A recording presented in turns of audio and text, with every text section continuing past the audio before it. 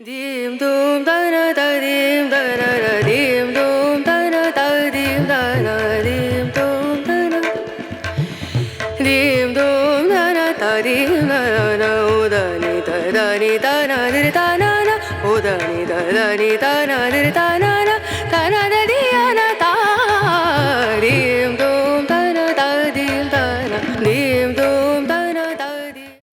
గురు పూజా మహోత్సవంలో ప్రత్యక్షంగా పాల్గొనే భాగ్యం మనకు కలిగింది. ఎప్పుడూ కూడా గురు పూజలు ఇలాంటి సత్రయాగము అన్నారు మాస్టర్ గారు. ఇలాంటి యజ్ఞ కార్యక్రమాలు ఎప్పుడూ కూడా హయ్యర్ ప్లేన్లో పరమ గురువులు వాళ్ళు నిర్వహిస్తారు. హయ్యర్ ప్లేన్లోనే కాదు, ఫిజికల్ ప్లేన్లో కూడా వాళ్ళే నిర్వహిస్తారట. మనం పాల్గొంటాము అని చెప్పి లక్ష్మణైతందుల వారు ఇదే వేదిక మీద తెలియజేయడం జరిగింది. అది వరకు గురు పూజల్లో అంటే ఫిజికల్ ప్లేన్లో ఇక్కడ మనందరం కూడా చేరి కూర్చున్నప్పుడు కూడా కొంతమంది వాలంటీర్స్ ఈ స్టేజ్ని డెకరేట్ చేసి ఉండవచ్చు. అలాగే కొంతమంది అక్కడ వడ్డల దగ్గర ఉండి ఉండవచ్చు. ఇలా రకరకాల ఏర్పాట్లలో ఎవరెవరైతే కొన్నాళ్ళుగా, ఇంకా మాట్లాడితే కొన్ని నెలల ముందు నుంచి ఇక్కడ మనం గురు పూజలు అన్నదానికి సంబంధించినటువంటి కార్యక్రమం మొదలవుతుంది. అలా మొదలయ్యేటువంటి ఆ కార్యక్రమం ఆ రోజు నుంచి ఈ గురు పూజల దాకా రకరకాల వ్యక్తుల రూపంలో బయటకు జరుగుతూ ఉన్నప్పటికీ ఇందరిలో నుంచి పనిచేస్తున్నటువంటి ఒకే ఒక ప్రజ్ఞ మాస్టర్ సివివి గారు అని చెప్పారు మాస్టర్ గారు. అటువంటి ఆ పరమ గురువులు నిర్వహిస్తున్నటువంటి దానిలో పాలు పంచుకుంటున్న మనందరం కూడా ఆ పరమ గురువులు ఏ పర్పస్ కోసమైతే మనకి ఇది అనుగ్రహించారో దాన్ని పరిపూర్ణంగా ఈ 3 రోజులు కూడా అందిపుచ్చుకుందుము గాక. అందరం కూడా ఆ రకమైనటువంటి సత్సంకల్పంతో ఎప్పుడూ కూడా వాళ్ళు ఏ కార్యక్రమాలు ఇలాంటివి నిర్వహించినా విశ్వశ్రేయస్సుకే కానీ వ్యక్తిగతమైనది కాదు కనుక అలాంటి విశ్వశ్రేయస్సుకు మనం చక్కగా పరికరములుగా తయారయ్యేటట్లుగా దానికి కావలసినటువంటి ఛార్జింగ్ అనేటువంటిది ఏదైతే ఉందో అది చక్కగా జరగటానికి వాళ్ళు ఎలాగూ రెడీగా ఉన్నారు. దాన్ని స్వీకరించడానికి కావలసినట్లుగా మనం తయారై ఇప్పుడు జరిగేటువంటి అంటే భౌతికంగా కనబడే ఈ 3 రోజుల్లో కూడా దాన్ని వీలైనంతగా మనం అందిపుచ్చుకుందుముగాక. అలా ప్రార్థిస్తూ అందరికీ కూడా స్వాగతం పలుకుతూ గురు పూజలకి మనం క్రితం సంవత్సరం 6వ అధ్యాయం భగవద్గీతలో మొదలు పెట్టుకోవడం జరిగింది. దానిలో కూడా మొదటి శ్లోకం క్రితం సంవత్సరం చెప్పుకోవడం జరిగింది. మనం ఇప్పుడు 2వ శ్లోకంలోకి ప్రవేశిస్తున్నాం. యం సన్యాసమితి ప్రాహుర్యోగం తం విద్ధి పాండవ నహ్య సన్యస్త సంకల్పో యోగీ భవతి కశ్చన.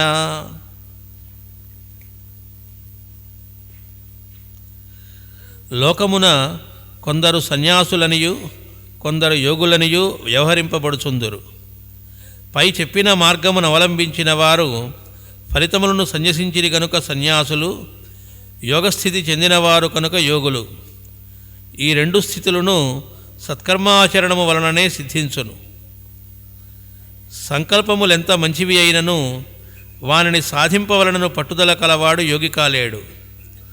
సంకల్పములు తన ద్వారా వ్యక్తము కావలసినవి కానీ తాను ఏర్పరచుకొనవలసినవి గావు.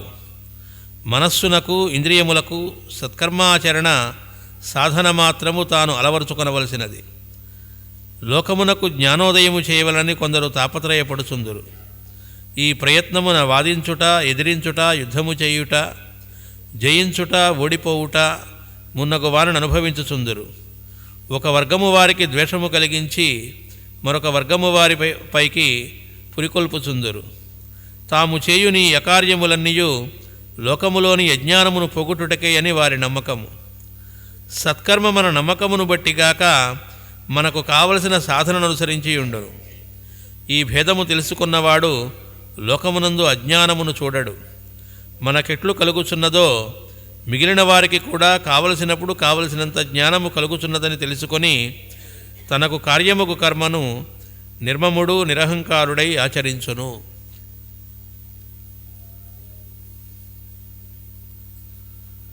క్రితం సంవత్సరం మనం చెప్పుకుంటున్నప్పుడు ఈ కర్మ అనేటువంటిది చేసేటప్పుడు ఎట్లా చేయాలి అనేది చెప్పుకుంటూ వచ్చాం. ఎటువంటి కర్మ చేయవలను అనేది, అంటే చేయవలసినది, చేయదలచినది అని రెండు రకాలని మాస్టర్ గారు మనకు ఎప్పుడు తెలియజేస్తూ వచ్చారు. చేయవలసిన పనులు చేస్తున్నామా, చేయదలచిన పనులు చేస్తున్నామా అని. చేయదలుచుకున్న పనులు అని లిస్టు రాసుకోవటం మొదలు పెడితే దానికి అంతు ఉండదుట. ఎందుకంటే ఎన్నో అలా మనకి భావాలు వస్తూనే ఉంటాయి, రకరకాలుగా. కానీ చెయ్యవలసినవి అనేవి చూస్తే ఎప్పుడు కొద్దిగానే ఉంటాయిట. ఆ చెయ్యవలసిన పనులే మనం చేయవలసి ఉంటుంది, చేయదలుచుకున్నవి కాకుండా అని చెప్పారు. ఆ చేయవలసిన పనులు కూడా అందరికీ ఒకే రకంగా ఉండాలని లేదు. వాళ్ళ యొక్క దాన్ని బట్టి కర్తవ్యాలు ఉంటాయి. ఒక వైద్యుడికి ఉండే కర్తవ్యం వేరుగా ఉంటుంది, అలాగే ఒక ఉపాధ్యాయుడికి ఉండే కర్తవ్యం వేరుగా ఉంటుంది, ఇంకొక చోట ఇంకొక పనిలో ఉండేటువంటి వ్యక్తి యొక్క కర్తవ్యం ఇంకో రకంగా ఉండవచ్చు. అంటే ఒకళ్ళ చూసి ఇంకొకళ్ళు అదే పని చేద్దాం అనుకునేది కాకుండా చూడటానికి అన్నీ మంచి పనులాగానే కనబడవచ్చు. ఉదాహరణకి గురు పూజా కార్యక్రమాల్లో వచ్చి పాల్గొనటం, ఇది మంచి పనే కదండి, మంచి పనే. అయితే గురు పూజలకని ఒకళ్ళు బయలుదేరి వస్తున్నారనుకోండి కారులో, ఆ కారులో వస్తూ ఉండగా ఇంకొక ఆయనకి ఆఫీసులో కర్తవ్యం ఉండగా కారులో ఖాళీ ఉందిట అని తెలియగానే ఖాళీ ఉంది కదా మనం కూడా వెళదాం అని ఒకవేళ ఆ కర్తవ్యాన్ని ఎగ్గొట్టి వచ్చాడనుకోండి, ఇంట్లో ఎవరికో అనారోగ్యంగా ఉంది, తను అటెండ్ కావాలి అక్కడ, దాన్ని అటెండ్ కావటం మానేసి అయ్యో గురు పూజలకి రాకపోతే ఎట్లా, ప్రతి సంవత్సరం వస్తూ ఉంటాం, ఇలాంటి గురు పూజల్లో పాల్గొనకుండా ఇలాంటి అడ్డు వచ్చిందే అని బాధపడటము, లేకపోతే ఎలాగోలా మేనేజ్ చేసి అక్కడ ఉన్నటువంటి వాళ్ళని అక్కడ పక్కన పెట్టేసి ఎవరో ఒకళ్ళని మనం చేయవలసిన కర్తవ్యాన్ని ఇంకెవరికో పురమాయించేసి మనం కారు కూడా ఖాళీగా ఉందటని దానిలో బయలుదేరి వచ్చేసామనుకోండి, బయటికి చూడటానికి చక్కటి ఒక యజ్ఞ కార్యక్రమంలో పాలు పంచుకోవడానికి వచ్చినట్లు కనబడ్డప్పటికీ అతని కర్తవ్యం అది కాదు కనుక అది చెయ్యదలుచుకున్న పని అయింది కానీ చెయ్యవలసిన పని అవ్వదు. అలాగే ఇంకొకళ్ళు ఉంటారు, వాళ్ళకి సెలవు దొరుకుతోంది, చక్కగా గురు పూజల్లో పాల్గొనడానికి అవకాశం ఉన్నది, అయినప్పటికీ సెలవు దొరికి చక్కగా వచ్చి ప్రతి సంవత్సరం చేసుకుంటూ ఉన్నప్పటికీ ఏమిటోలే ఇన్ని సంవత్సరాలుగా వెళుతున్నాం, మనకు వచ్చిన లాభమే ఉంది, మనకు వస్తున్న రోగాలు వస్తూనే ఉన్నాయి, మన పిల్ల పెళ్లి కాలేదు, లేకపోతే మన పిల్లవాడికి అనుకున్నట్టుగా వీసా రాలేదు అమెరికాకి, ఇట్లా ఏవో అనుకొని ఏముందిలే లైవ్లో కూడా ఇస్తారు కదా, ఆ టైంకి మెలకు వస్తే చూద్దాం కుదిరినప్పుడు అనుకునే అవకాశం ఉండి కూడా రాలేదనుకోండి. అంటే దీన్నే ఒకసారి ఇదే గురు పూజల్లో 10వ తారీఖు ఉదయం ఇక్కడే అనంతకృష్ణ గారు కూర్చొని ముందుగా ఏర్పాట్ల పనులు చూస్తూ ఉన్నప్పుడు ఒకతను వచ్చి నమస్కారం చేశాడు. చేయగానే ఏమోయ్ మీ బ్రదర్ ఏడి అని అడిగారు. వెంటనే అనగానే అతనికి సెలవు దొరకలేదండి అన్నాడు. ఆహా అంటారనుకున్నాను, నేను పక్కనే ఉన్నాను. మాస్టర్ గారు వెంటనే అన్న మాట ఏంటంటే రాదలుచుకుంటే సెలవు దొరికేది అన్నారు. అంటే చిన్న మాటల్లాగా ఉంటాయి. ఇది జరిగి కూడా చాలా సంవత్సరాలు అయింది, ఏదో గుర్తుపెట్టుకోవాలనే ప్రయత్నం చేయలే, కానీ అలా ముద్ర పడిపోయింది. కారణం ఏమిటంటే అవే వేదాక్షరములు అంటే అతను రాదలుచుకోలేదు కాబట్టి సెలవు దొరకలేదట. అంటే అవి కూడా ఉంటాయి, మళ్ళీ చూసుకోవాల్సింది. మనం ప్రయత్నించినా సెలవు దొరకకపోతే అది కూడా మాస్టర్ గారి నిర్ణయం అనుకొని అక్కడ ఉండడం ఒక రకం, అది పర్వాలేదు. కానీ మనం రాదలుచుకోలేదనుకోండి ఆటోమేటిక్గా అక్కడ కూడా అదే పనిచేస్తుంది. కాబట్టి బయటికి సత్కర్మలాగా కనబడ్డంత మాత్రాన అది సత్కర్మ అవ్వాలని లేదు, బయటికి కనబడినంత మాత్రాన అది చేయవలసిన పనిలాగా కనబడుతున్నప్పటికీ చేయవలసిన పని అవ్వాలని లేదు, అలాగే ఒకళ్ళకి చేయవలసిన పని ఇంకొకరికి కూడా చేయవలసిన పని అవ్వాలని లేదు. కొన్ని కామన్గా ఉంటాయి అందరికీ చేయవలసిన పనులు. అదేమిటి అంటే ఆహారం స్వీకరించటం, అది చేయవలసిన పని. ఎందుకంటే దేహం అనేటువంటి దాన్ని పోషించటం, ఆ దేహాన్ని పోషించడం కూడా ఎందుకు, శరీరమాద్యం ఖలు ధర్మ సాధనం, చక్కటి ధర్మాచరణము కర్తవ్యాన్ని నిర్వర్తించడం అనేటువంటి దానికోసం ఈ దేహం ఇవ్వబడింది. కాబట్టి దానికోసం దేహ పోషణ కనుక దానికి సంబంధించి స్వీకరించడం. అది మనం చేస్తూనే ఉంటాం కదండి, చేయవలసిన పని రోజు చేస్తున్నాం అయితే అనిపిస్తుంది. మళ్ళీ దానిలో వచ్చేటప్పటికి ఏం జరుగుతుంది, ఆహారం తీసుకోవడం బాగుంది, అది ఏది తీసుకుంటే మన దేహానికి హితవో అదే తీసుకుంటున్నామా, ఏది పడితే అది తీసుకుంటున్నామా. అక్కడికి వచ్చేటప్పటికి మళ్ళీ తినదలుచుకుంది, తినవలసింది, వెంటనే ఈక్వేషన్ వస్తుంది. కాబట్టి ఏ పని చేస్తున్నప్పటికీ ఈ రెండు ఎప్పుడూ ఉంటాయి ప్రతి వాళ్ళకి కూడా. దీనిలో మళ్ళీ ఇంకొకళ్ళ చూసుకొని దాన్ని బట్టి మనం అని కాదు, వాళ్ళు గురు పూజలకు బయలుదేరుతున్నారు కాబట్టి నేను కూడా బయలుదేరుతాను కాకుండా అక్కడ నీ కర్తవ్యం ఏమిటి అనేది చూసుకోవాలి అన్నారు. ఇంతకీ ఇక్కడ చెబుతూ ఉన్నది ఏంటంటే, ఈ శ్లోకంలో లోకమున కొందరు సన్యాసులనియు కొందరు యోగులనియు వ్యవహరింపబడుచుందరు. లోకంలో వీళ్ళు సన్యాసులండి అని పిలుస్తూ ఉంటాం కొంతమందిని వీళ్ళని యోగులండి అని అంటూ ఉంటాం. అయితే పై చెప్పిన మార్గమును అవలంబించిన వారు, పై చెప్పిన మార్గము అంటే చేయవలసిన పనులు ఎవరైతే చేస్తారో అని అర్థం అన్నమాట. అందుకోసం మనం పై చెప్పిన అంటే క్రితం సంవత్సరం మళ్ళీ మనం ఒకసారి అలా గుర్తు తెచ్చుకోవడానికి చెప్పుకున్నాం పాయింట్స్. ఫలితములను సన్యసించిరి కనుక సన్యాసులు. ఎవరుట సన్యాసి అనేటువంటి వాళ్ళు చెయ్యవలసిన పని కూడా చేస్తారు కానీ దాని ఫలితం మీద ఏమాత్రం కూడా వాళ్ళకి వ్యామోహం కానీ దాని గురించి ఆలోచించడం కానీ ఉండదు. ఎవరైతే తాము చేయవలసిన పనులు చేయటమే కాదు దాని ఫలితములను ఆశించకుండా ఉంటారో, వాటిని ఎక్స్పెక్ట్ చేయరో వాళ్ళని సన్యాసులు అంటారట. అంతేకాదు వాళ్ళే యోగస్థితి చెందినవారు కనుక యోగులు అన్నారు. ఈ రెండు పాయింట్స్ జాగ్రత్తగా మనం ఇప్పుడు అధ్యయనం చేసుకుందాం, మాస్టర్ గారు ఏం చెప్పారనేటువంటిది. ఫలితములు సన్యసించడం అంటే ఏమిటి? ఏమండి,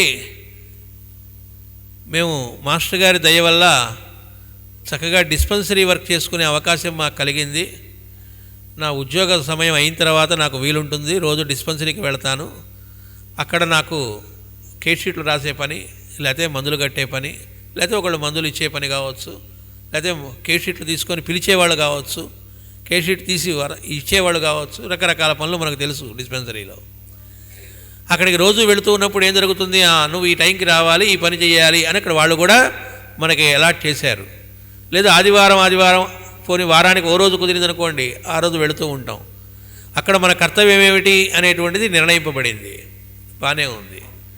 అయితే ఈ చేస్తున్న కర్తవ్యాన్ని అక్కడ మనం ఏదైతే నిర్వర్తిస్తున్నామో దీన్ని ఏ ఉద్దేశంతో చేస్తున్నాం అనేది ముఖ్యం.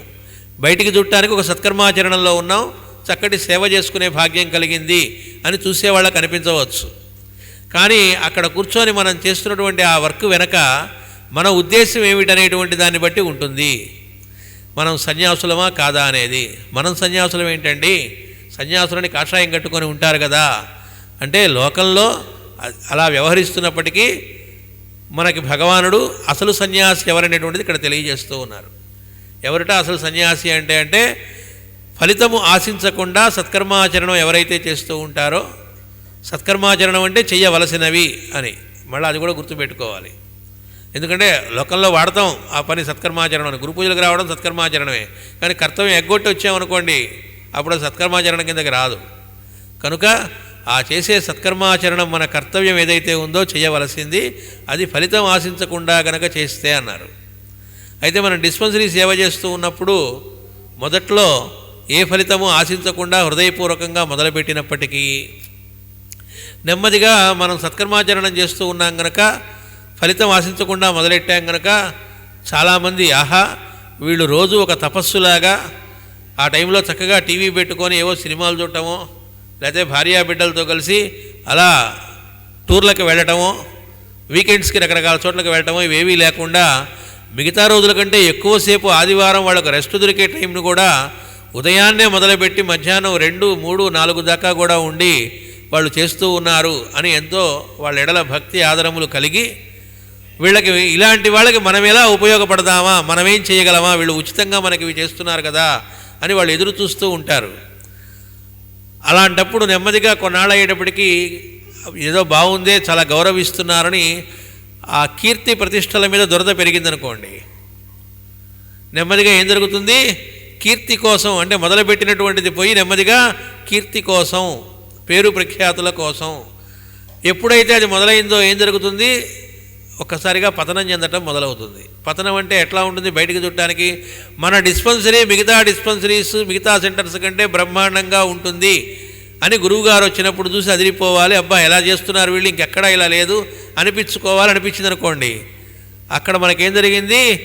అది లోకహితానికి సంబంధించిన ఒక కర్మలో మనం పాలు పంచుకుంటున్నాం అనే భావం పోయి ఇది నేను చేస్తున్నాననే కర్తృత్వం, అంతేకాకుండా ఇది మిగతా వాటికంటే ఒక యునిక్ అనిపించుకోవాలనేటువంటి ఒక భావన, ఇవన్నీ వచ్చేస్తాయి. నెక్స్ట్ అక్కడ ఉన్నటువంటి వాళ్ళని మన సొంత పనులకి వాడుకోవటం మొదలు పెడతాం. వాడుకోవటం మొదలు పెట్టచ్చు. మొదలు పెడతామంటే అందరూ అలా చేస్తారని కాదు. అంటే ఎప్పుడో మనకి ఏదన్నా అవసరమైనప్పుడు ఏదన్నా ఒక నలుగురికి పనికొచ్చే మంచి పని కోసం ఒకళ్ళకి ఆ సంబంధించిన డిపార్ట్మెంట్లో పనిచేస్తున్న వాళ్ళు మన దగ్గర పేషెంట్ అనుకోండి, ఏమండి ఇట్లా హెల్ప్టా అని అడగడం తప్పు కాదు. కానీ వాళ్ళని మన సొంతానికి ఎలా ఉపయోగించుకుందామా అని కనుక మనం అనుకుంటే కనుక అప్పుడు అది ఏమవుతుంది అంటే ఫలితం ఆశించి పనిచేస్తున్న వాళ్ళం అవుతాం. అంతేకాకుండా అందరూ మనల్ని మెచ్చుకోవాలి, గౌరవించాలనేటువంటిది పెరిగిందనుకోండి, దాంతో ఏమవుతుంది?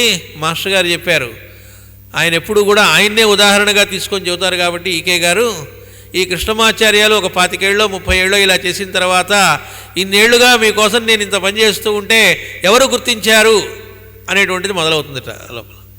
అంటే ఎవరో గుర్తించాలని నువ్వు మొదలుపెట్టావన్నమాట అన్నారు మాస్టర్ గారు అక్కడ. వీళ్ళకి ఏమాత్రం కృతజ్ఞతాభావం లేదు, ఇంతగా చేసినా కూడా వీళ్ళెవరూ కూడా ఇంత చేసినా కృతజ్ఞత వెలిబుచ్చట్లేదు. అలాగే మనం మందిస్తే ఒకళ్ళకి అద్భుతంగా తగ్గిందనుకోండి, వాళ్ళు అర్ధరాత్రి అపరాత్రి కూడా మనకు ఫోన్ చేశారు, చెవిపోటనో ఇంకోటనో. మనం కూడా మాస్టర్ గారి మార్గంలో ఆయన మనకు అలా చేశారు కాబట్టి మనం కూడా అలా ఉందామని స్ఫూర్తి పొంది ఫోన్ చేసినప్పుడల్లా అందుకొని మంది ఇచ్చాం. ఆ తర్వాత మరోజు మధ్యాహ్నానికి అతనికి బాధ తగ్గిపోయింది. ఇక అతను ఫోన్ చేయలేదు, మన దగ్గరికి రాలేదు. వెంటనే ఆ 2 రోజుల తర్వాత 3 రోజుల తర్వాత కనపడంగానే ఏ భావం వస్తుంది? నేను ఇంతగా నీ కోసం నువ్వు ఫోన్ చేసినప్పుడు అర్ధరాత్రి అపరాత్రి కూడా లేచి నేను మందిస్తే, లేకపోతే మందు కూడా లేకపోతే నేనే తీసుకొచ్చి మీ ఇంటికి కూడా ఇస్తే తగ్గిందని ఒక్క మాట కూడా చెప్పలేకపోయావే, నోటి ముత్యాలు రాలుతాయా అనిపించింది అనుకోండి, అయిపోయింది. అదేంటండి అంటే నీ వైపు నుంచి అక్కడ ఉన్నటువంటి రూపంలో ఉన్న మాస్టర్ గారికి లేకపోతే నువ్వు ఏ ఆరాధ్య దైవం అనుకుంటున్నావో వాళ్ళకి చేస్తున్నావనే భావమే నీకు ఉండాలి తప్ప అక్కడి నుంచి ఏ ఎక్స్పెక్టేషను అంటే తగ్గిందని చెప్పలేదే అనేటువంటి లెక్క కూడా ఉండక్కర్లేదు అన్నారు. అలాగే ఒకళ్ళకి జాగ్రత్తగా మందిస్తూ వస్తున్నాం, వాళ్ళు కరెక్ట్ లైన్స్లో వాడుతూ వస్తున్నారు, ఇంతలోకి పొరపాటున వాళ్ళు అది మానేసి వెళ్ళటమో లేకపోతే అల్లోపతి మందు వాడటమో ఇంకోటి జరిగిందనుకోండి, ఏమండి అప్పుడు ఒక్కసారిగా మనం ఇస్తున్నదంతా చెడిందనుకోండి. లేదు మనం ఏదో ఊరెళ్ళాము, ఇంకో డాక్టర్ని కూర్చోబెట్టాము, పొరపాటున తను టెంప్ట్ అయి వేయవలసింది కాకుండా ఇంకో డ్రగ్ వేసాడు అనుకుందాం, ఒక్కసారిగా తేడా వచ్చింది, మళ్ళీ రిపేర్ వర్క్ జరగాలంటే 2-3 ఏళ్ళు పట్టచ్చు. అంటే పేషెంట్కి తెలియపోవచ్చు, డాక్టర్కి తెలియచ్చు. ఒక్కసారిగా అతని మీద ఇట్లయిందే అనుకోకుండా ఇది భగవల్లీలగా మనం చూడగలుగుతామా అంటే ఎక్కడా కూడా దాని ఎడల మనం కర్తృత్వం తీసుకోవటం కానీ సంఘం కానీ కలగకుండా ఉండగలుగుతున్నామా అది చూసుకోవాలి అన్నారు. ఎందుకనంటే ఫలితములను సన్యసించి అన్నప్పుడు ఎలా ఉంటుంది అంటే ఆ 2వ పాయింట్లో కూడా చెప్పారు మనకి, యోగస్థితి చెందిన వారు కనుక యోగులు అన్నారు. అదండి యోగస్థితి అంటే ఏంటండి? యోగస్థితి అంటే యోగస్థః కురు కర్మాణి సంగం త్యక్వా ధనంజయ అని మనకు భగవద్గీతలోనే సాంఖ్యయోగంలో 2వ అధ్యాయంలో భగవానుడు చెప్పాడు. కర్మలు మనం చేసే పనులు యోగస్థః కురు కర్మాణి యోగస్థులై పని చేయాలి అన్నారు. అది కూడా సంగం త్యక్వా, సంగం అంటే దాని ఎడల అటాచ్మెంట్ మనకు లేకుండా చేయాలి అన్నారు. అంటే అర్థం ఏంటంటే ఎవరైతే ఫలితములు ఆశించకుండా కర్తృత్వాన్ని ఆపాదించుకోకుండా అది అంతా కూడా మన ద్వారా జరుగుతోంది, మనం పరికరములము అనేటువంటి భావనతో భగవత్ సమర్పణగా చేస్తామో దాన్నే యోగస్థితి అన్నారు. కాబట్టి సన్యాసి వేరు, యోగస్థితిలో ఉండే యోగి వేరు అనేది లేదు ఇక్కడ. అతడే సన్యాసి, అతడే యోగస్థితి కూడా చెంది ఉన్నాడు కాబట్టి అతనే యోగి కూడా అని చెప్పారు. ఏమంటే మరి బయట మనం చూస్తుంటాం, ఒక ఆయన పక్కన ఆయన పేరు పక్కన యోగి అని పెట్టుకుంటూ ఉంటారు. అంటే మనం పెట్టుకోవటం కాదు, మనం పేర్లు పెట్టుకోవడానికి ఏముంది, రకరకాలుగా పెట్టుకోవచ్చు. యోగి, మహాయోగి, ఇంకా ఏవో రకరకాల మాస్టర్ పరమ గురువులు మాస్టర్స్ వాళ్ళు పెట్టుకోలే మాస్టర్స్ అని వాళ్ళకి. మనం ఎవరికి వాళ్ళం టకటక కొన్నాళ్ళు అయ్యేటప్పటికీ 4 ఉపన్యాసాలు చెప్పగానే పక్కన మాస్టర్ని పెట్టేసుకున్నాం అనుకోండి, ఏముంది పెట్టుకోవడం పెద్ద విషయం ఏం కాదు. అది కూడా ఏమిటి, మనం పెట్టుకోవడం కాదు, అవతల వాడికి అనిపించాలి. ఒకవేళ అనిపించింది అనుకుందాం, అనిపించిన అతని భావం తప్ప అతను అనిపించినందువల్ల మనం మాస్టర్ అయిపోంగా. ఒకసారి రమణ మహర్షి వారి దగ్గరికి ఒక ఆవిడ వచ్చిందట. ఆవిడ ఆయన పేరు విన్నది కానీ ఆయన ఎప్పుడు చూడలే. అప్పటికి ఇంకా ఎక్కువ మంది జనాలు రావటం అది జరక్క ముందు ఆవిడ కొండెక్కి వెళ్ళాలి పైకి. అయితే ఆవిడ కొండెక్కడానికి వెళుతూ ఉండగా ఒక ఆవిడ దిగుతూ ఉందిట. ఆ దిగుతున్న ఆవిడ రోజు వచ్చి రమణ మహర్షి వారికి ఏదో ఆహారం పెట్టి వెళుతుందిట. ఆ దిగుతున్న ఆవిడ అడిగిందిట, అమ్మ ఇక్కడ రమణ మహర్షి వారి కోసం వచ్చాను అంటే, ఉన్నాడు పైన ఉన్నాడు వెళ్ళు అందిట. సరే ఈవిడ పైకి ఎక్కిందిట. ఎక్కేటప్పటికీ అక్కడ రమణ మహర్షి వారే ఉన్నారు. కానీ ఆయన ఆ టైంలో ఏం చేస్తున్నారు అంటే, చక్కగా ఎర్రమన్ను తీసుకొని ఒక దిమ్మె చక్కగా దిమ్మె కూర్చోడానికి వీలుగా మొత్తం దట్టించి తయారు చేస్తూ ఉన్నాడు. ఆ పనిలో ఉన్నాడు ఆయన. ఎవరో పనివాడు అనుకుంది, వచ్చి ఏమండి ఇక్కడ రమణ మహర్షుల వారు ఉన్నారా అని అడిగారట. లేరు అన్నట్టు ఆయన. ఇంకక్కడ ఎవరు లేరు.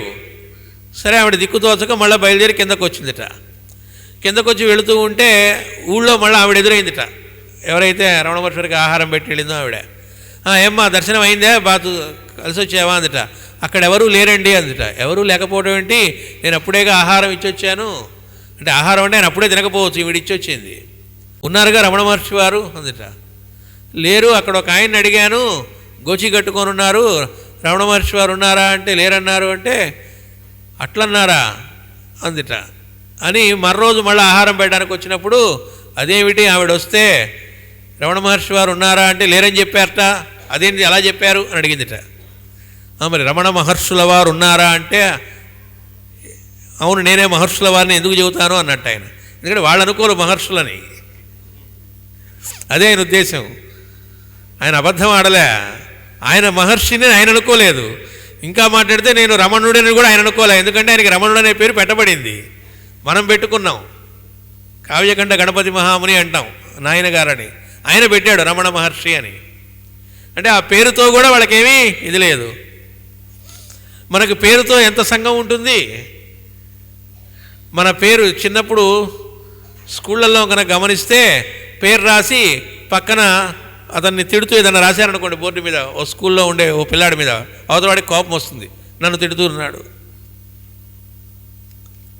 ఇప్పుడు కూడా అదేగా, పెద్దవాడయ్యాక ఏమవుతుంది, పన్నా మారుతుంది. నన్ను పట్టుకొని ఇంత మాట అంటాడా అంటే నన్ను అన్నాడనేటువంటి భావన వచ్చిందిగా. ఇంతకీ ఏమిటి, యోగి అనో ఇంకోటనో బోర్డులు పెట్టుకున్న వాళ్ళు కాదు యోగులంటే, యోగస్థితిలో ఉన్నటువంటి వాళ్ళు. యోగస్థితిలో ఉండడం అంటే అర్థం ఏమిటి అంటే, కర్మలు చేస్తున్నప్పటికీ చెయ్యదలచిన పని కాకుండా చెయ్యవలసిన కర్తవ్యములు ఆచరిస్తూ దాని ఫలితాలని సన్యసిస్తూ ఎవరైతే చేస్తూ ఉంటారో, ఇక్కడ ఇంకో మాట అన్నారు, ఎవరైతే యోగస్థితి చెంది ఉన్నారు కనుక అన్నారు. అంటే యోగస్థితిలో అలా ఉంటేనే. ఉండడం అంటే ఏంటండి, యోగస్థితి అంటే అలా కళ్ళు మూసుకొని అలా కూర్చుండి ఉండడం అనే కాదు. మనం చేస్తున్న పని ఒకరోజు మొదట్లో ఇందాక చెప్పుకున్నాం, డిస్పెన్సరీ వర్క్ మొదలుపెట్టినప్పుడేమో మంచి ఉద్దేశంతో ఏ ఫలితం ఆశించకుండా మొదలుపెట్టాం. కానీ నెమ్మదిగా కృతజ్ఞత వెలిబుచ్చాలనో, నేను ఇంతగా నా టైంని వెచ్చించి ఉన్నాను కాబట్టి నా పర్సనల్ పనులు మీరు చేసి పెట్టాలి అని ఒక గ్రాంటెడ్గా అనుకోవటము, లేకపోతే నెమ్మదిగా నా పర్సనల్ పనులు మీరు చేసి పెడితే తరిస్తారు అనే భావన లోపల వచ్చిందనుకోండి, వాళ్ళు వచ్చి మన పర్సనల్ పనులు వాళ్ళంతటా వాళ్ళు చేయటం వేరు. చేస్తున్నా మహాత్ములు దాదాపు చేయించుకోరు, వాళ్ళకేదో అనారోగ్యం ఇంకోటి వస్తే తప్ప. లేకపోతే నేను మీ డిస్పెన్సరీ వర్క్లో ఇన్ని గంటల పాటు ఉంటున్నాను కాబట్టి అదిగో అక్కడ నా బట్టలు ఆరేసునే తీసి మడత పెట్టాను, లేదా వాళ్ళే మడత పెడుతూ ఉంటే దాన్ని గ్రాంటెడ్గా తీసుకో, నేను అడిగానా వాళ్ళు మడత పెడుతున్నారు అని కామ్గా ఊరుకున్నాం అనుకోండి, తెలియకుండా ఏం జరుగుతోంది, గ్రాంటెడ్గా తీసుకున్నామని అర్థం. పొరపాటున కూడా మనం మన వ్యక్తిగతమైనటువంటి దానికి అడ్వాంటేజ్ కనుక ఇతరులను వాడుకోవటం అనేది జరిగిందిట అంటే ఏం జరుగుతుంది అంటే, మాస్టర్ గారు దానికి చక్కటి ఉదాహరణ చెప్పారు. మాస్టర్ గారు ఇప్పుడు ఆయనకే అన్వయించుకుంటారుగా.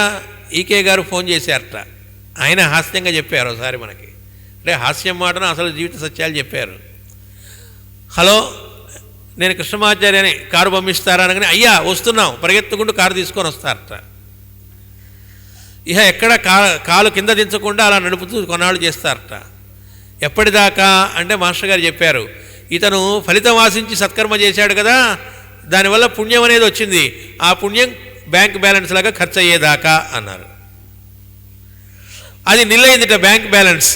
అంటే వీడు ఫలితం ఆశం చేసిన పని పూర్తయింది, ఆ బ్యాంక్ బ్యాలెన్స్ చేసిన పుణ్యం పూర్తయింది. అప్పుడు మళ్ళీ హలో కృష్ణమాచార్యుడు అన్నట్ట అంటట అవతల వాడు, వాడే అంతకుముందు తీసుకొచ్చిన వాడే ఆ కార్లన్నీ కూడా. వినపడట్లే ఎవరు అని పెట్టేస్తాడట. మాస్టర్ గారు ఇచ్చిన ఉదాహరణ ఇది. అంటే అర్థం ఏమిటి, ఫలితం ఎప్పుడైతే ఆశించామో కుక్క బ్రతుకు అవుతుంది. చేస్తున్నది మంచి పనిలాగా కనబడుతున్నప్పటికీ ఏదో ఒకటి మనం ఎక్స్పెక్ట్ చేస్తున్నాం అనేటువంటిది దానిలోకి పడకుండా ఉండగలగాలి. ఎప్పటిదాకా అండి, ఎప్పటిదాకా అలా పడకుండా ఉంటావు అప్పటిదాకా యోగ స్థితిలో ఉంటావు అన్నారు. అందుకే మాస్టర్ గారు ఈ శంఖారావంలోనే ఒక చోట వస్తుంది, సత్కర్మాచరణం చేసి తరించుట ఉండదు, సత్కర్మాచరణం చేస్తూ తరించుట ఉంటుంది అన్నారు. అది ఎప్పుడు చేస్తూ ఉండడం అన్నారు. యోగస్థితి అంటే అది. దీనికి మాస్టర్ గారు చాలా ఉదాహరణలు ఇచ్చారు. స్కూటర్ నడుపుతూ ఉన్నాం అనుకోండి, ఆ స్కూటర్ నడుపుతూ ఉన్నప్పుడు ఒక 25 కిలోమీటర్లు మనం వెళ్ళాలి. 24 కిలోమీటర్ల దాకా వెళ్ళిన తర్వాత ఎంతసేపు అలాగే పట్టుకుంటాము అని చెప్పి హ్యాండిల్ బార్ మీద చేయి తీసామనుకోండి, ఇంతసేపు నేను పట్టుకున్నాను కదా అందిస్తే ఆ 1 కిలోమీటర్ వెళ్ళటం ఉండదు, అక్కడే పట్టం, ఎముకలు ఇరుగుతాయా, అసలు ప్రాణం అయిపోతుందా, ఏదైనా జరగచ్చు. అంటే క్షేమంగా చేరాలి గమ్యం అంటే ఏం చేయాలి, చివరి క్షణం దాకా దాన్ని పట్టుకునే ఉండాలి. కాబట్టి ఏమిటి, యోగస్థితిలో ఉండడం అంటే అర్థం ఏమిటి అంటే చేసేసాను కాదు, అది వరకు చేశానండి మంచి పని, మేము కూడా. అంటే ఒకసారి ఒకళ్ళు ఏమండి మీరు రోజు కొటేషన్స్ పెడుతున్నారు, నాకేం పెట్టవాకండి, అవన్నీ మేము చూసేసాం చదివేశాం మాకు తెలుసు, మళ్ళీ అవే మాకు అక్కర్లేదు అనిపించిందిరా అంటే మనం భ్రమలో పడ్డామని అర్థం. ఎందుకని ఎప్పటికప్పుడు తెలిసిందే మళ్ళా చేసుకుంటూ ఎప్పుడూ అదే స్థితిలో ఉండడం అనేటువంటిది ఎప్పుడైతే వస్తుందో ఫలితం ఆశించకుండా, అప్పుడు ఉండే స్థితిని ఏమంటారు అంటే దాన్నే సన్యాసి అంటారు, వాళ్ళనే యోగి అంటారు. ఇది మనకు ఉదాహరణ ఏమిటి అంటే ఎవరు అంటే చెబుతున్న కృష్ణుడే ఉదాహరణ. ఎందుకని అంటే అసలైన సన్యాసి ఎవరు అంటే కృష్ణుడు. కృష్ణుడు సన్యాసి ఏంటండి, అంతమంది భార్యలు పెట్టుకొని ఆయన సన్యాసి అంటారేంటండి, అంతమంది భార్యలు ఉన్నా ఆయనకి సంఘం లేదు కదా, కాబట్టి సన్యాసి. ఒక్కళ్ళే భార్య ఉన్నా చాలా సంఘం ఉంటుంది కాబట్టి మిగతా వాళ్ళు సన్యాసులం కాకుండా సన్యాసులం అవుతూ ఉన్నామని అర్థం అన్నమాట. భార్యో భర్తో ఏదైనా కానీ సంఘం అంతమంది ఉన్నా ఆయనకి సంఘం కలగలే ఎక్కడా కూడా. వాళ్ళ ఎడల తను చేయాల్సిన కర్తవ్యాన్ని చక్కగా నెరవేర్చాడు. మనకు భాగవతంలో వస్తుంది, ప్రథమ స్కందంలోనే వస్తుంది. కృష్ణుడు ద్వారక్కి మళ్ళా తిరిగి వస్తే చాలా కాలం కొన్ని నెలల పాటు హస్తినాపురం అక్కడికి వెళ్ళి ఇంద్రప్రస్థం అవన్నీ వస్తే తన భార్యలు ఎదురొస్తే ఒక్కొక్కళ్ళతో ఆయన పలకరించేటప్పుడు ఎవరింటికి వెళితే వాళ్ళతో ఎలా పలకరించాడని నారదుడు దర్శించాట, ఆశ్చర్యపోయాట. వెళ్ళినప్పుడు ఆ భార్యకి చక్కగా పూల మొక్కలు ఇంట్లో పెంచుకోవడం ఇష్టంట. ఆవిడని ఏమని పలకరించాట, నీ పూల మొక్కలన్నీ చక్కగా ఉన్నాయా, బాగా అవన్నీ పూలు కాస్తున్నాయా అవి అడిగాట. ఆవిడ ఎంతో ఆనందపడిందిట. ఇంకో ఇంటికి వెళ్ళినప్పుడు ఆవిడ చిలకల్ని పెంచుకుంటూ ఉంటుందిట, నీ చిలకలన్నీ బాగున్నాయా ఆ విషయాలు అడిగాట. ఎక్కడికి వెళ్ళినప్పుడు వాళ్ళని ఆనందపరుస్తూ మాట్లాడాడు. పైగా ఇన్ని వేల మంది ఇంట్లోకి ఒకేసారి వెళ్ళాట, ఇన్ని వేల రూపాయల్లో. ఎవరికి వాళ్ళు మా ఇంటికే ముందు వచ్చాడనే భావంతో వాళ్ళు ఆనందపడ్డారు. కానీ ఎక్కడ ఆయనకి మాత్రం ఏమీ అంటలేదట. కాబట్టి ఆ అంటకుండా ఉన్నాడు కాబట్టి ఆయన సన్యాసి. అంతేకాదు మహాభారత యుద్ధం జరుగుతూ ఉన్నప్పుడు కానీ అసలు కృష్ణుడి యొక్క జీవితంలో మనం కనుక గమనిస్తే ఆయన జీవితంలో ఏ పనిలో కూడా ఆయనకి సంఘం ఉన్నదా, ఏ సంఘము లేదు. కాబట్టి సంఘము లేదు కాబట్టి ఆయనకి బాధ కూడా లేదు. అంటే ఉదాహరణకి చాలాసార్లు దండెత్తి వచ్చాడు అతని యొక్క రాజ్యానికి కాలయవనుడు అనేటువంటి వాడు. అంతేకాదు కాలయవనుడు వస్తే ఆయన పరిగెత్తాడు. సరే ముచుకుందుడు ఆ కథ తర్వాత సంగతి. పరిగెత్తు ఆయన వెంటబడుతూ ఉంటే పరిగెత్తుతూ వెళ్ళాడు. నాకేమిటి, నేను పరిగెత్తాల్సి రావడం ఏంటి, నలుగురు ఏమనుకుంటారో అనేటువంటిది లేదు అక్కడ. ఒకళ్ళు ఏమనుకుంటారో అనే భావన వచ్చిందిట అంటే మనం కర్తృత్వం ఆపాదించుకున్నామని అర్థం. మాస్టర్ గారు చెబుతారు, రాముడు సీతాదేవి కోసం చాలా ఏడ్చాట. అయ్యో నేను అవతారమూర్తిని, నేను ఏడిస్తే నలుగురు ఏమనుకుంటారో అని ఆయనకి లేదట. అంత దూరం దాకా అక్కర్లే. మాస్టర్ గారు చిన్న ఉదాహరణ చెప్పారు. చొక్కాకి సిరామరక అంటిందిట, అంటితే ఆఫీస్ మానేసేట రోజు. ఏమిటి అంటే, ఇలా వెళితే ఇంకో చొక్కా రెడీగా లేదు ఇస్త్రీది, ఈ చొక్కాతో ఇలా వెళితే సిరామరక ఉంది కదా, నలుగురు ఏమనుకుంటారో. లేకపోతే వెళుతూ ఉండగా చెప్పు తెగిందిట ఆఫీస్కి. ఇంకా షాపులు తెరవరట. అరే ఈ చెప్పులు పూర్తిగా అనుకోకుండా తెగినాయి, ఇప్పుడు చెప్పులు లేకుండా వెళితే ఏమనుకుంటారో. మాస్టర్ గారు అన్నారు, ఏమనుకుంటారు, చెప్పులు తెగినాయి, చెప్పులు లేకుండా వచ్చాడు అనుకుంటారు, అంతకంటే ఏమనుకుంటారు అన్నారు. అసలైన ప్రతివాడు నిన్నే చూసి ఆలోచించాలని నువ్వు ఎందుకు చూస్తాడని ఎందుకు అనుకుంటున్నావు, ఇంతమందిలో నువ్వెంత. తెలియకుండా సంఘం రకరకాలుగా ఉంటుంది. మనకి గురు పూజలకే వచ్చామనుకోండి, ప్రతిసారి ఇచ్చిన చోట కాకుండా ఉన్నట్టుండి రామనామ క్షేత్రంలో కాదు ఫలానా చోట మీకు అని అనుకోండి, ఒక్కసారిగా ప్రాణాలు అలా లాగినట్టు అనిపిస్తుంది. అబ్బా మాకు అలవాటు పడ్డ చోటు నుంచి ఒక్కసారిగా ఇక్కడ కాకుండా, ఏమండి మేము ఒక్కళ్ళం వచ్చి ఉండొచ్చా ఇక్కడ, మాకు ఈ కారణాల వల్ల లేదండి, బలానా అన్నీ ఏర్పాటు చేసాం అక్కడికి వెళ్ళొచ్చు. వీళ్ళే ఒక 10 ఏళ్ల క్రితం కనుక చూసుకుంటే ఫస్ట్ రామనామ క్షేత్రంలో అకామిడేషన్, ఇక్కడ దోమలు ఉన్నాయండి, ఇంకేదైనా మంచి ప్లేస్ ఉందా.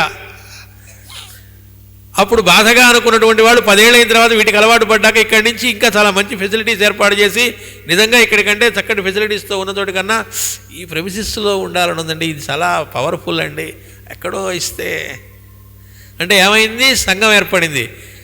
పవిత్ర కార్యక్రమంలో మనం పాల్గొంటున్నప్పటికీ దానిలో మళ్ళా ఎక్కడికక్కడ సంఘం అనేది ఏర్పడుతూ తెచ్చుకుంటున్నాం కనుక అప్పుడు దానిలో ఉన్నప్పుడు ఏం జరుగుతోంది, బంధంలో ఉన్నామని అర్థం, అటాచ్మెంట్లో. ఎప్పుడైతే బంధంలో ఉన్నామో అప్పుడు సన్యాస స్థితి కాకుండా సన్నాసి స్థితిలో ఉంటాము అని చెప్పారు అనంతకృష్ణ గారు. ఇదే వేదిక మీద గురు పూజలో తలసాలు చెప్పారు, సన్యాసి సన్నాసి అంటారు. కాబట్టి సన్యాస స్థితి అనేది ఒక స్థితి తప్ప అది బోర్డు పెట్టుకుంటే వచ్చేది కాదు. ఇక్కడ చెప్పదలుచుకుంది ఇంకోటి ఏంటంటే, కృష్ణుడికి ఏ కర్తవ్యము ఏది ఆబ్లిగేషన్ లేదట, ఇది చెయ్యాలి అనేటువంటిది ఆయనకి ఏమీ లేదట. కాబట్టి నేను అన్నీ చేస్తున్నాను అన్నట్టు ఆయన. మనకు వెంటనే అర్థం కాదు, ఆబ్లిగేషన్ లేనప్పుడు చేయటం ఎందుకండి అంటాం. లేదు కాబట్టి చేస్తున్నాను అన్నాడు. ఆయనకి ఏ అవసరం లేదుట కాబట్టి చేస్తున్నట్ట. ఎప్పుడూ వాళ్ళ ఏది మానలేదు, ఏ పనులు కూడా. ఇంకోటి ఇక్కడ ఏం చెబుతున్నారు, సంఘం లేకపోవడం అంటే అర్థం ఎలా ఉంటుంది అంటే, ఉదాహరణకి ఎక్కిరాల శ్రీనివాస్ గారు దేహత్యాగం చేశారు. విశాఖపట్నంలో గురు పూర్ణిమ ఆ సమయం, సుమారుగా నాకు ఎగ్జాక్ట్ డేట్ అవి గుర్తులేదు, అప్పుడు 2017 ఏదో ఆ దహన సంస్కారాలు జరిగినాయి. అవన్నీ చేసి యువతలకి వచ్చారు, ప్రార్థనా మందిరం కింద అక్కడ స్నానాలు చేయడానికి అందరూ వచ్చారు. స్నానాలు చేసి బట్టలు మార్చుకొని అనంతకృష్ణ గారు అలా వచ్చారో లేదో, ఎవరు అక్కడ బాడీ వదిలింది, తన తమ్ముడు, తనకంటే వయసులో చిన్నవాడైన తమ్ముడు దేహత్యాగం చేశాడు. ఆ కార్యక్రమాలు ఆయన పూర్తి చేసుకొని యువతలకు వచ్చారు.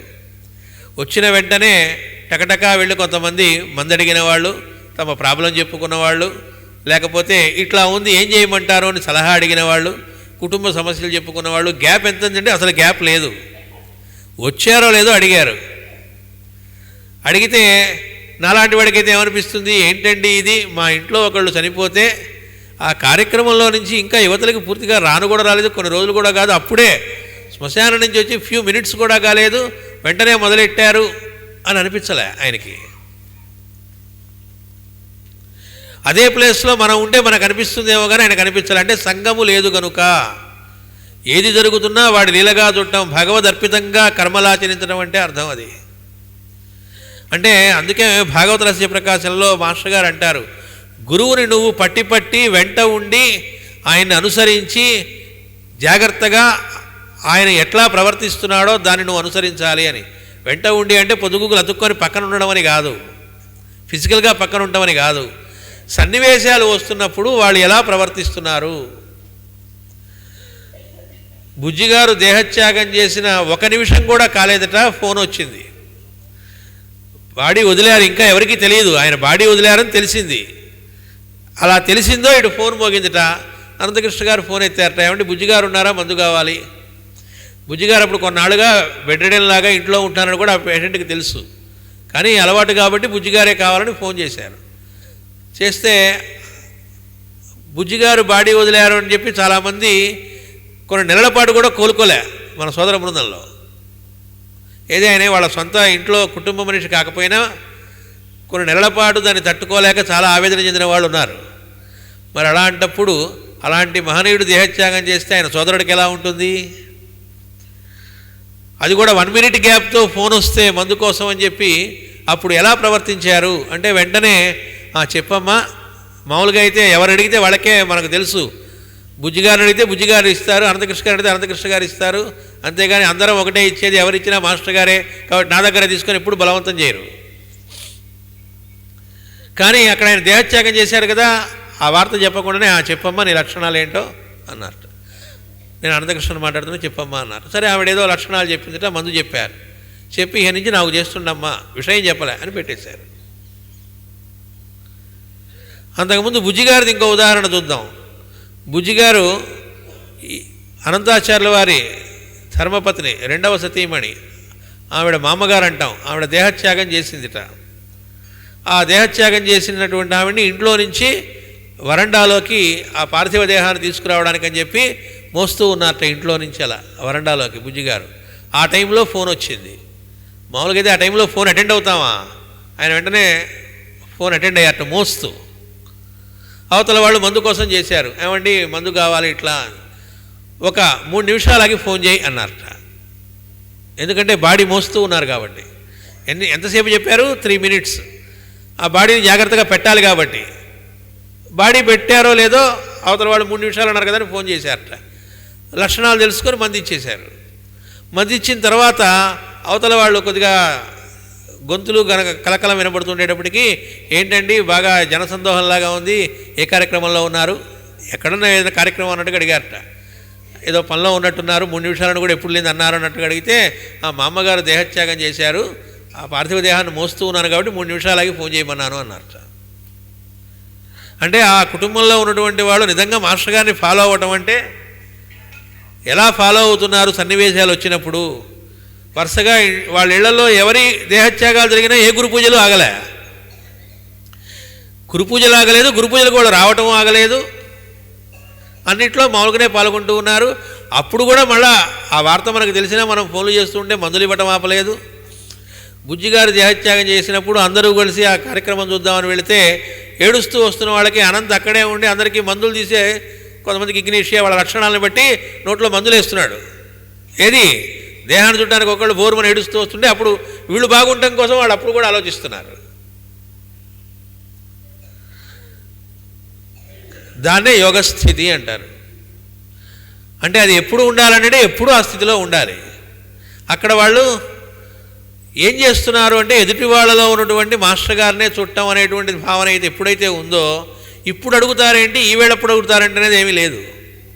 మన ఖమ్మం హైదరాబాద్ గురు పూజలప్పుడు అనంతు ఉదయం కూర్చున్నవాడు కదలకుండా రాత్రి 10 దాకా మందులైన తర్వాత అక్కడి నుంచి మళ్ళీ ఒక 30 కిలోమీటర్ల దూరంలో ఒక పేషెంట్ కదిలి రాలేని పేషెంట్ని చూడటానికి వెళ్ళి అదంతా అయిపోయి రూమ్కి వచ్చేటప్పటికి రాత్రి 12:30 అయింది. బట్టలు తీసుకొని మార్చుకుంటూ ఆ దండం మీద ఆల్రెడీ మధ్యాహ్నం పూట ఆరేసినటువంటి టవల్స్ తెచ్చుకుందామని అట్లా వెళ్ళాడో లేదో ఫోన్ మోగింది. అయితే తను వచ్చేటప్పుడు ఫోన్ ఆగింది. వస్తూనే టైం అప్పుడు 12:35 రాత్రి. ఉదయం నుంచి ఇస్తూ వస్తున్నాడు. అప్పుడు కూడా మళ్ళీ ఎవరినో చూసి వచ్చాడు. ఇంకా పడుకోబోతున్న టైము. ఫోన్ ఏదో మోగింది అన్నాను. అనగానే ఎంతో ఉత్సాహంతో నా భార్య చేసి ఉంటుంది అన్నట్లుగా ఒక్కసారిగా ఓ పేషెంట్కి జ్వరం ఉంది అతను చేసుంటాడు అని ఏమో ఉత్సాహంగా తీసుకొని అతనే అని చెప్పి ఫోన్ చేసి ఎలా ఉంది అని హుషారుగా మాట్లాడి వాళ్ళకి ఫోన్ అది ఇచ్చిన తర్వాత అప్పుడు పడుకున్నాడు. అక్కడ యాటిట్యూడ్ అంటే ఆ క్షణంలో ఎలాంటి ఉద్దేశంలో ఉన్నారు, ఫోన్ ఇప్పుడు చేశారా అని లేదు.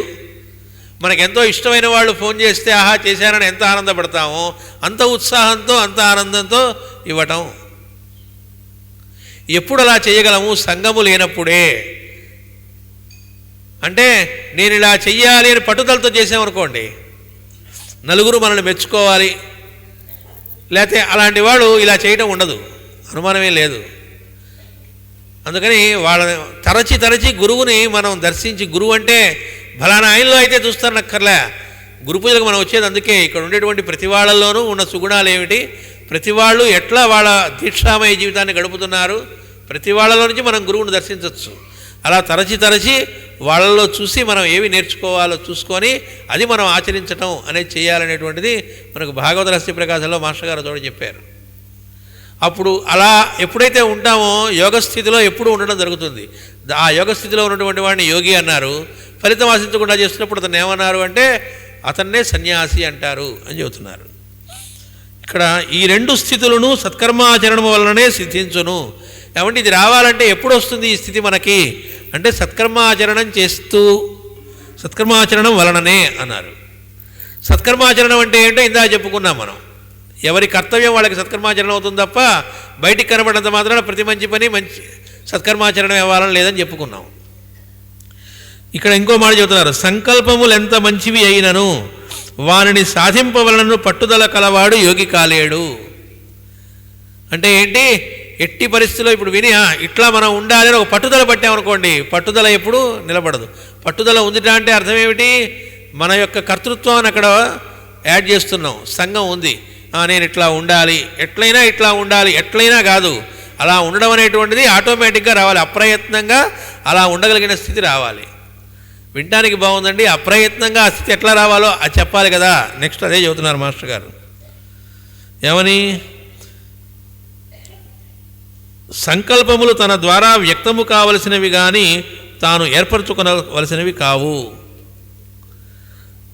అంటే సంకల్పాలు మనం చాలా చేస్తూ ఉంటాం, కానీ వాటిని మనం చేస్తున్నప్పుడు వాటిని సంకల్పములు అనరు, వికల్పములు కూడా ఉంటాయి. అప్పుడు మనం ఎప్పుడైతే సంకల్పం చేస్తామో దానికి వికల్పం కూడా జరుగుతూ ఉంటుంది. ఎన్నో అనుకుంటూ ఉంటాం, జరుగుతాయా అనుకున్నవన్నీ, బోలుడు సంకల్పాలు చేస్తాం, కానీ అవన్నీ ఏం జరగవు. ఎందుకని మనం అనుకుంటున్నాం అవి, కానీ మనం అనుకోవటం కాదట. ఏం జరగాలట, సంకల్పాలు అనేటువంటివి సంకల్పములు తన ద్వారా వ్యక్తము కావలసినవి కానీ తాను ఏర్పరచుకొనవలసినవి కావు. ఇది మనకు అర్థం కావాలంటే శ్రీకృష్ణుడు ఎక్కడా కూడా నేను ఇంతమందిని చంపాలి, చంపడం అంటే సంహారం చేయాలి, అది చేయాలి, ఇది చేయాలి ఆయనేమనుకోలే. పోనీ రాముడు అనుకున్నాడా, రావణాసురుడిని చంపుదామని ఆయన ఏమని అనుకున్నాడా, ఆయన ఎప్పుడు అనుకోలేదు. దేవతలు బ్రహ్మాది దేవతలందరూ వచ్చి మొరబెట్టుకొని అయ్యా ఎక్కడ పుట్టాలో కూడా రాముడుగా పుట్టాలనేది కూడా అడ్రస్ కూడా వాళ్ళే చెప్పారు. అలా దశరథుడు ఉన్నాడు, ఆయన కుమారుడుగా పుట్టు, ఆ రావణాసురుడిని వధించి మాకు ఇచ్చేయని చెప్పి వాళ్ళే చెప్పారు తప్ప ఆయన ప్రపోజల్ సంకల్పం లేదు పరమాత్మకి. రాముడిగా వచ్చాక కూడా అడవులకు వెళ్ళిన తర్వాత అక్కడ ఉండేటువంటి ఋషులందరూ కూడా మాకు ఇట్లా రాక్షస బాధ ఉంది, మమ్మల్ని కాపాడవలసింది, రక్షించవలసింది అని చెబితే అప్పుడు ఆయన అంటే ఎక్కడా కూడా ఆయన వైపు నుంచి ప్రపోజల్ లేదు. మాస్టర్ గారు ఎప్పుడు చెబుతుంటారు, రాముడు కానీ కృష్ణుడు కానీ ఏ అవతారమూర్తి జీవితంలో చూసినా వాళ్ళకి ఏ ప్రపోజల్స్ లేవు. మా శ్రీకే గారి జీవితాన్ని మనం గమనిస్తే ఆయన జీవితం కూడా అంతే, ఒక్కటి కూడా ఆయన ప్రపోజల్ లేదు. దానికి ఆయన చెప్పిన ఉదాహరణ డైరెక్ట్గా ఆయన స్పీచ్ మనం వినొచ్చు. ఆయన ఇచ్చినటువంటి సీడీలు లేకపోతే ప్రస్తుతం మనకు రకరకాల మోడల్లో ఆయనవన్నీ దొరుకుతున్నాయి కదా. ఏమిటి అంటే ప్రపోజల్ లేకపోవడం అనడానికి ఎంత స్థాయి దాకా మనం చెప్పుకోవచ్చు అంటే, మా ఆయన జీవితంలో ఉద్యోగానికి మనం అప్లై చేసామనుకోండి, దాన్ని ఏమంటారు, ప్రపోజలేగా, నాకు ఉద్యోగం కావాలి దానికోసం అప్లికేషన్ పెడుతున్నాను, తప్పే ఉందండి అంటాం. కానీ ఈకే గారు తన జీవితంలో ఒక్కసారి కూడా ఉద్యోగం కోసం అప్లై చేయలే. మరి ఉద్యోగం కోసం అప్లై చేయకుండా ఉద్యోగం ఎలా వచ్చింది? ఈ కాలంలో అలా జరుగుతుందా? గుంటూరు హిందూ కాలేజీలో ఆయనకి లెక్చరర్గా ఉద్యోగం ఎలా వచ్చింది? ఆయన అప్లికేషన్ పెట్టలే. ఇక్కడ ఆయన స్టూడెంట్ చదువుకున్నారు ఒకప్పుడు, కానీ ఆ తెలుగు శాఖకు సంబంధించినటువంటి వాళ్ళలో పళ్ళె పూర్ణ ప్రజ్ఞాచార్యులు గారు అనే మహనీయుడు ఉండేవారు. ఆయన కేవలం ఒక లెక్చరరే కాకుండా ఆయనంటే అందరికీ చాలా గౌరవం, కమిటీ మెంబర్స్ దగ్గర నుంచి. ఆయన మహనీయుడు కాబట్టి ఆయన ఖాళీ ఉన్నప్పుడు ఆ లెక్చరర్ ఖాళీ అక్కడ ఉండడంతో కమిటీ మెంబర్స్కి సూచించాట, ఇక్కడే చదువుకొని వెళ్ళినటువంటి వాడు కృష్ణమాచార్య అని ఉన్నాడు, అతను ఏబుల్ పర్సన్ అని చెప్తే కమిటీ వాడు వెంటనే గ్రాంటెడ్ అని చెప్పి తీసుకొచ్చి ఇచ్చారు. అయ్యా మీరు వచ్చి మా దగ్గర చేరవలసింది. ప్రపోజల్ ఆయన వైపు నుంచి రాలే, ఏకే గారి దగ్గర నుంచి. ఎందుకని, గురువు చెప్పింది ఆయన ఫాలో అయ్యాడు. ఏ ప్రపోజల్స్ లేకుండా జీవించాలి అన్నాడు గురువు గారు. సివి గారు ఏ ప్రపోజల్ లేకుండా ఎలా ఉంటామండి అనలే, ఆయన జీవించడం మొదలుపెట్టారు. కాబట్టి లెక్చరర్ జాబ్ ఎలా వచ్చింది? అప్లై చేయకుండా వచ్చింది. సరే, బాగానే ఉంది. ఆ తర్వాత పిహెచ్డి నిమిత్తం వెళ్ళారు విశాఖపట్నం. అది కూడా పిహెచ్డి ఈయన చేద్దాం అనుకోలే, అలా వెళ్ళమని పరమ గురువుల దగ్గర నుంచి డైరెక్షన్ వచ్చింది కాబట్టి విశాఖపట్నం వెళ్ళారు. విశాఖపట్నం వెళ్ళిన తర్వాత అక్కడ ఆయన చేయాల్సిన ప్రణాళికకి భాగంగా హోమియో వైద్యం అనేటువంటిది తీసుకోవాల్సింది కూడా పరమ గురువుల నుంచి సూచన వచ్చింది కాబట్టి ఆయన ఆ పని మొదలుపెట్టారు. అది మొదలుపెట్టిన తర్వాత మనకు కృష్ణస్వామి గారు అంటారు, ఆయన డాక్టరేట్ పట్టా పుచ్చుకోకముందే డాక్టర్ అయ్యారట. అంటే అనేక మందికి మందులు ఇవ్వడం ద్వారా. ఆ కార్యక్రమం అయ్యేటప్పటికి ఈ లోపల పిహెచ్డీ పూర్తయింది. అయ్యో డాక్టర్ గారు వెళ్ళిపోతారట, ఆయన వెళ్ళిపోతే మనకెట్లా అని వాళ్ళలో వాళ్ళు అనుకొని సెనెట్ మెంబర్స్ మీటింగ్ పెట్టుకొని కృష్ణమాచార్య వారికి ఇక్కడ మనం పోస్ట్ ఇవ్వాలి, లేకపోతే ఆయన వెళ్ళిపోతాడు ఇక్కడి నుంచి అని సెనెట్ మీటింగ్లో నిర్ణయించి అందులో యూనివర్సిటీలో జాబ్ ఇచ్చారు. అంటే ఒక అప్లికేషన్ పెట్టుకోవడం కూడా లేదు. అంటే ప్రపోజల్ అనేటువంటిది లైఫ్లో ఒక్క విషయంలో కూడా లేకుండా జీవించడం ఎట్లా అనేది మాస్టర్ గారి జీవితాన్ని మనం గమనిస్తే తెలుస్తుంది. దాని సోదాహరణంగా మనం అనంత విజయం కార్యక్రమం ద్వారా చెప్పుకుంటూ వస్తూ ఉన్నాం ఎంతో వివరంగా. మాస్టర్ గారి అనుగ్రహం వల్ల చాలా వివరంగా వస్తూ ఉన్నది. కొంతమంది అడుగుతూ వస్తున్నారు, ఏమంటే ఇంకా ఎన్ని ఎపిసోడ్స్ ఉంటుంది అని. మాకు కూడా తెలియదండి, ఆయన ఎంత అనుగ్రహిస్తే వస్తూ ఉంటాయి తప్ప ఎంత చెప్పుకున్నా అక్కడ తరగందే. అంటే ఒక్కసారి కూడా ప్రపోజల్ లేకుండా ఎలా జీవించడం అనేది. ఆయన పాశ్చాత్య దేశాలకు వెళ్ళడం ప్రపోజల్ ఆయన ఏం తీసుకోలేదు, అక్కడి నుంచి వచ్చింది ఆహ్వానం. ఈయన వెళదాం అనుకున్నది ఏం లేదు, సంఘం ఏం లేదు. కాబట్టి పట్టుదల అనేటువంటిది పట్టాముట అంటే అక్కడ మన కర్తృత్వం మనం చేద్దాం అనుకోవటం, మనది అనుకోవటం, ఈ భావన వస్తుంది. ఎప్పుడైతే మనది అనే భావన వస్తుందో ఒక మంచి పని చేస్తూ ఉన్నప్పుడు కూడా దానికి ఏదైనా చిన్న తేడా వచ్చిందనుకోండి, ఇది భగవన్ నిర్ణయం అనుకొని చుట్టం కాకుండా పిసుక్కోవడం వస్తుంది. సెల్ఫ్ కుకింగ్ అన్నారు మాస్టర్ గారు.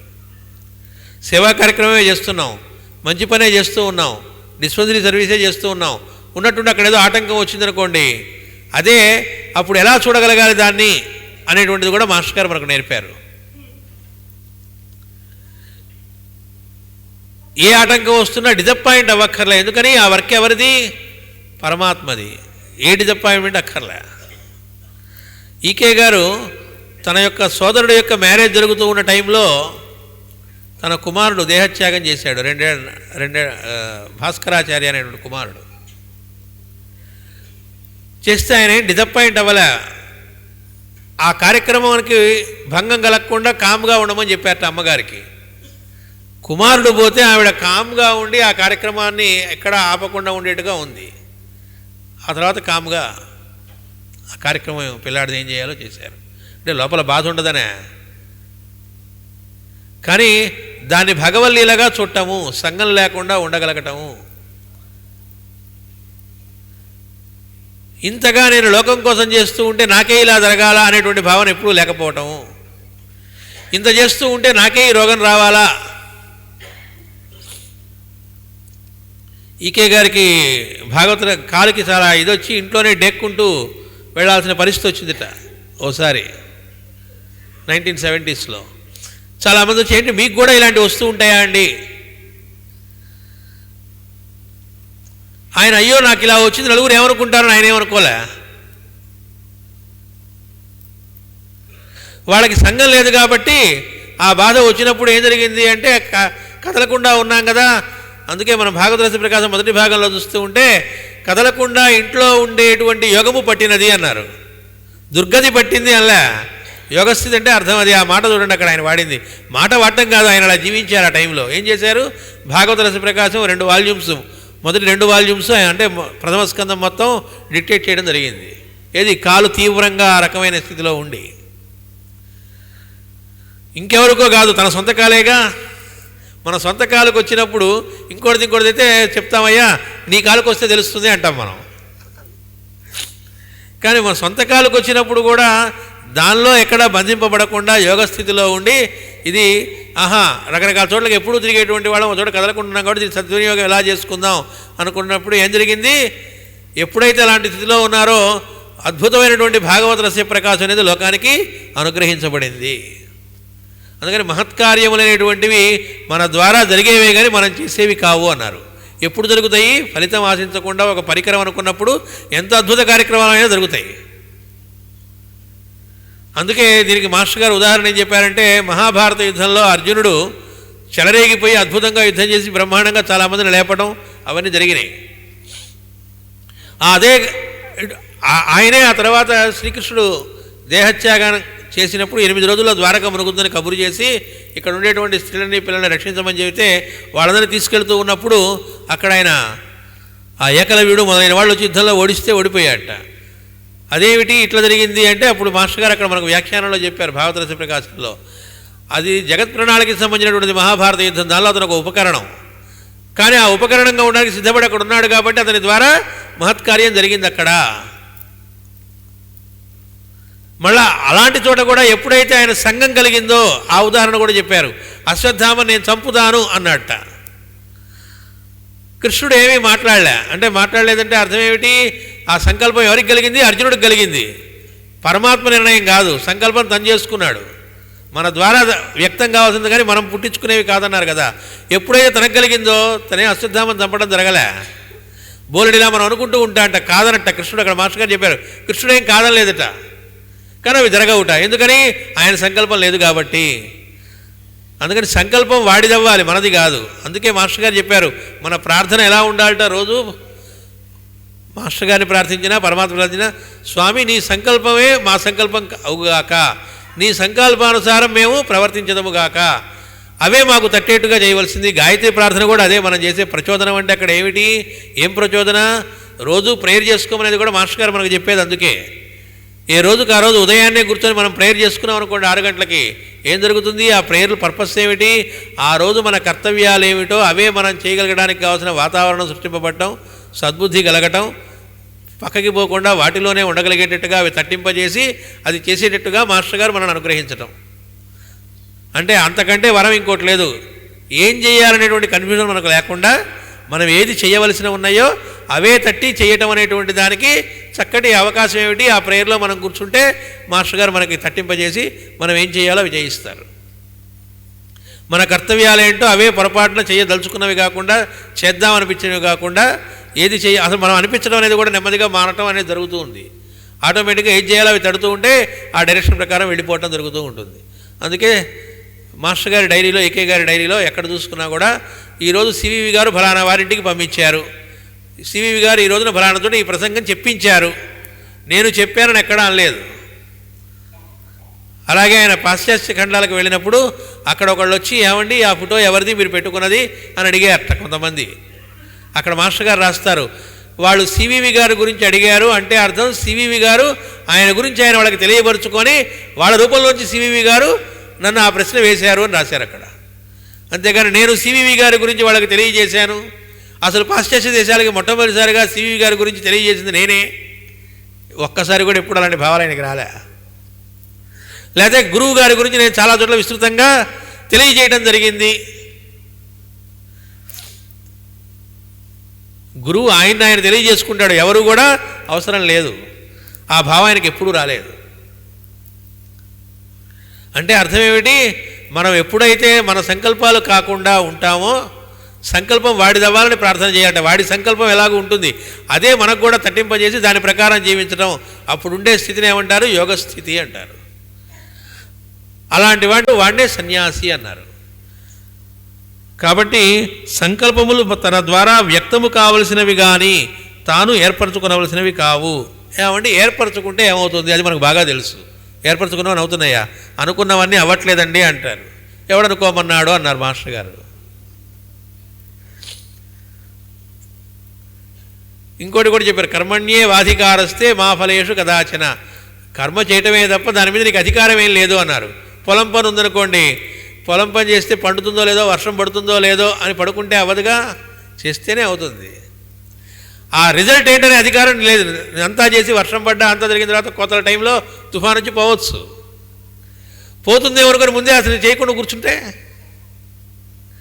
కాబట్టి ఎలాగూ కర్మ ప్రతివాడు చేయవలసిందే, కానీ దాని రిజల్ట్ మీద అధికారం మనకు ఎలాగూ లేదు, మన చేతిలో లేదు. లేని దాన్ని పట్టుకోవటం ఎందుకు అంటున్నారు. దానికి ఏంటి, ఎట్లా ప్రవర్తించాలనేటువంటిది, తర్వాత ఏం చెబుతున్నారనేటువంటిది మనం మాస్టర్ గారు మనకేమి ఇస్తారో అది రేపు చూస్తాం మనం. వాసుదేవ.